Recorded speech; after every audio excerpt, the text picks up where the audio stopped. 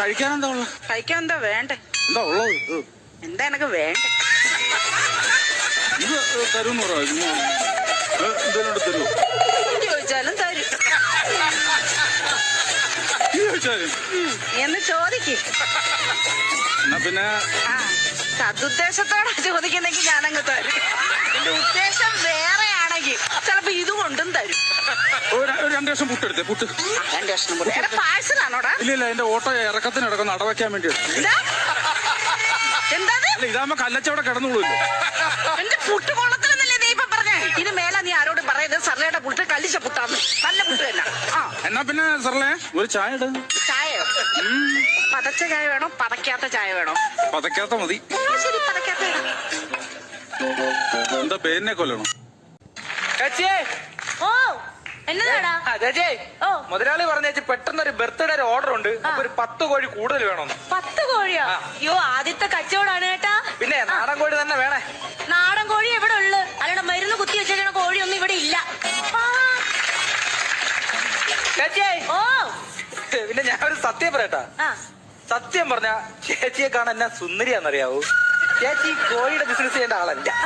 ചേച്ചി കോടികളുടെ ബിസിനസ് ചെയ്യേണ്ട ആളാണ്.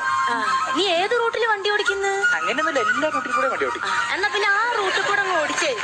ഈ റൂട്ടിൽ കൂടെ ഉണ്ടാക്കാൻ വരല്ലേ? കൊള്ളാലോ നീ. കോഴി എന്താ? അല്ല, കോഴി ഇപ്പൊ എടുത്തു കൊണ്ടുവരാം. യോ, ഒരു കാര്യം ഞാൻ ചോദിക്കാൻ മറന്നേട്ടാ. ഡ്രസ് ചെയ്യണോ?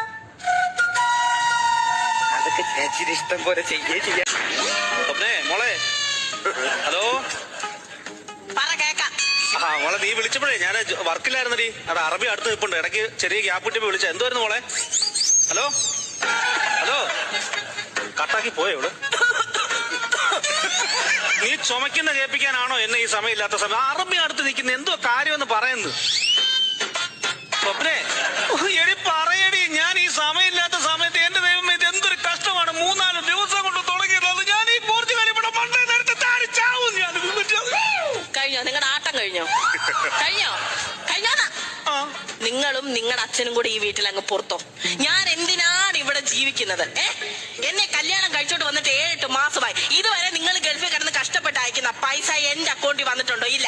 എല്ലാം നിങ്ങളുടെ അച്ഛന്റെ അക്കൗണ്ടിൽ. എന്തുമാത്രം നല്ല നല്ല ജോലിക്കാരുടെ ആലോചന എനിക്ക് വന്നാന്നറിയാമോ? അതെല്ലാം ഞാൻ വേണ്ടാന്ന് വെച്ച് ഒരു ഗൾഫുകാരനെ കഷ്ടപ്പെട്ട് കല്യാണം കഴിച്ച് എന്തിനാ? നിങ്ങൾ കഷ്ടപ്പെട്ട് അവിടെ നിന്ന് പൈസ അയക്കുമ്പോ എനിക്ക് ഇവിടുന്ന് ദൂർത്തടിക്കാമല്ലോ എന്ന് ഓർത്തിട്ടാ. അല്ല, അതെല്ലാം കൂട്ടി വെച്ച് എനിക്ക് ഓർത്ത് സന്തോഷിക്കാമല്ലോ എന്ന് വിചാരിച്ചിട്ടാ. പറ്റത്തില്ലല്ലോ.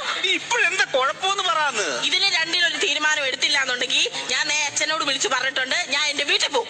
എടി, ഈ നിസാറിന്റെ കാര്യത്തിലൊക്കെ നീ പിണങ്ങി പോവാണോ പെണ്ണേ? നിസാറിന്റെ കാര്യമല്ല ഞാൻ പറഞ്ഞത്, എന്റെ കാര്യമാ ഞാൻ പറഞ്ഞത്. മുസ്ലിംമാരൊക്കെ ടൂറിന് പോവാൻ എനിക്കും പോകണം. ഈ വാക്കിനങ്ങോട്ട് ചെന്ന് പറഞ്ഞാൽ നിന്നെ ചാടിക്കും അങ്ങേരെ. എന്തുവാ വിളിച്ചതാ? അവന്റെ കൂട്ടുകാരെല്ലാം കൂടെ ചെലവിന് ടൂർ കൊടുക്കണോന്ന്. എന്തോ കൊക്കം പിച്ചടി പറയാ. കൂട്ടുകാരെല്ലാം കൂടെ ടൂറിന് പോകുന്ന ചെലവിന് കൊടുക്കണമെന്ന്. കൂട്ടുകാർക്കെല്ലാം കൂടെ ചെലവിന് കൊടുക്കണം. ഞാൻ കൂടെ ഉണ്ടാക്കി വെച്ചേക്കോണം. അതല്ലെന്ന് കുഞ്ഞിന് എന്തെങ്കിലും കൈമണി കൊടുക്കാനെന്ന്. എവിടാ പോന്നെ? എവിടാണാ പോന്നെ? മൂന്നാറാ പോന്നെ. മൂന്നാർ എന്തോ കാണാൻ പോവാ അവൻ.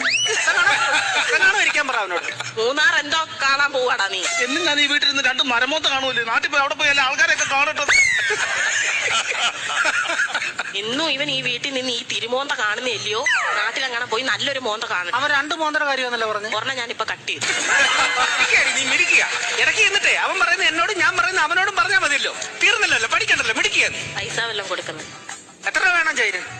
2500 രൂപ. 2500 എന്തിനാണ് നിനക്ക് നിരക്കാൻ പോകുന്നതിന്? 5000 രൂപ വേണം.